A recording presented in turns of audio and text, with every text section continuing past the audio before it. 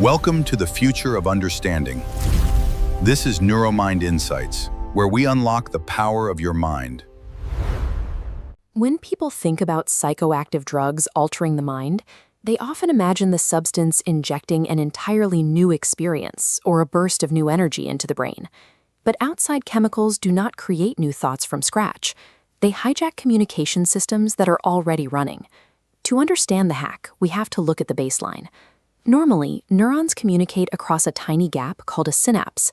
A sending neuron releases chemical messengers, which cross the gap and bind to specific receptors on the receiving side. The precision of this molecular match determines exactly how the signal is received.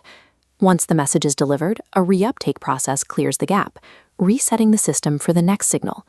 Drugs disrupt this sequence by acting as chemical imposters. Agonists share a shape similar enough to the brain's natural messengers to activate the receptor and trigger a response. Others function as antagonists, occupying the receptor site without activating it, effectively preventing the brain's own signals from being heard. Take caffeine, for example. Throughout the day, your brain produces a chemical called adenosine, which builds up and creates the pressure to sleep. Caffeine is an antagonist. It occupies your adenosine receptors, temporarily hiding the message that the body is tired. It hasn't replaced lost sleep or generated new energy. It has simply bluffed the signal. Every shift in awareness, perception, mood, or memory traces back to this simple mechanic. A psychoactive drug is an external chemical interrupting a highly regulated microscopic communication loop. The brain is a massive, interconnected network. Because millions of these microscopic interruptions happen simultaneously across different regions, a chemical hack often produces paradoxical changes in a person's behavior. Consider alcohol. It primarily acts on GABA, the brain's major inhibitory neurotransmitter. When alcohol enters the system, it strengthens these inhibitory signals, acting like a heavy braking system that reduces the likelihood that receiving neurons will fire. If alcohol slows neural activity, why do people initially seem louder, more social, and highly stimulated? Because the brain doesn't slow down everywhere at once. Those chemical breaks hit our internal restraint and impulse control networks first. As these systems weaken, a person may talk more or take greater risks long before they lose their physical coordination. Other substances bypass the traditional forward-moving signals entirely. The active compound in cannabis, THC, enters the endocannabinoid system. Here, the receiving neuron sends a retrograde or backward-flowing signal to the sender. This network acts like a series of adjustment dials for memory, stress, and coordination, which THC disrupts by firing signals in reverse across multiple networks at once. Classical psychedelics, like LSD and psilocybin, take a different route. They don't add more serotonin to the brain. Instead, they selectively activate specific serotonin receptors, particularly 5-HT2A, which changes how the cerebral cortex integrates visual signals, memories, and meaning. The nervous system actively tries to maintain a workable balance. If a receptor is blasted with activity repeatedly, the brain protects itself by lowering receptor sensitivity or reducing their numbers entirely. This creates tolerance, where the same amount of a substance no longer creates the same physiological response. Over time, the body adapts its basic functions, as though the substance is a permanent part of its environment. This is physical dependence.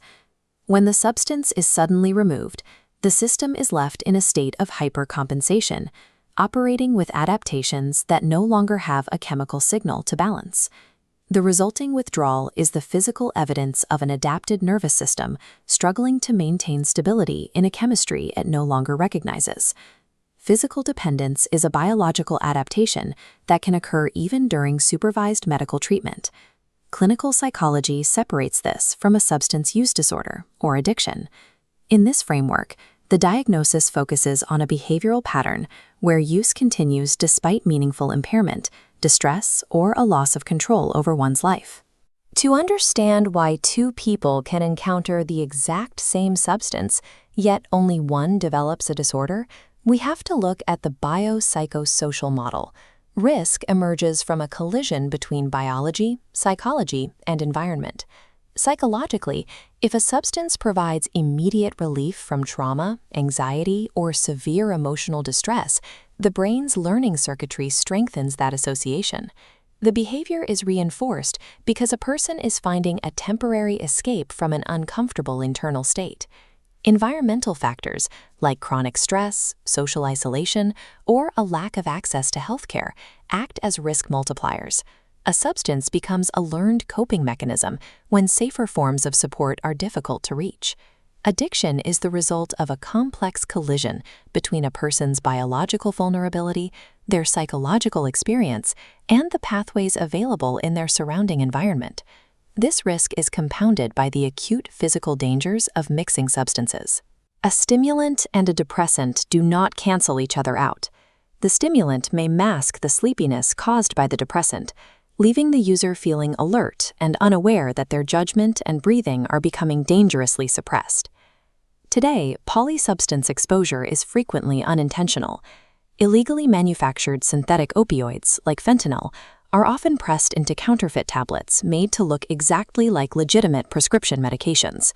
The brain is forced to respond to extreme chemical changes the person never anticipated. When opioid activity overloads the system, it suppresses the brainstem networks that control the drive to breathe. Emergency medications like naloxone can reverse an overdose because they act as antagonists. They physically occupy the receptors to temporarily block the opioid's effect and restore respiration. The same biological adaptability that allowed the brain to build tolerance also facilitates its repair. This inherent neuroplasticity means that neural pathways can reorganize in response to new environments and behaviors.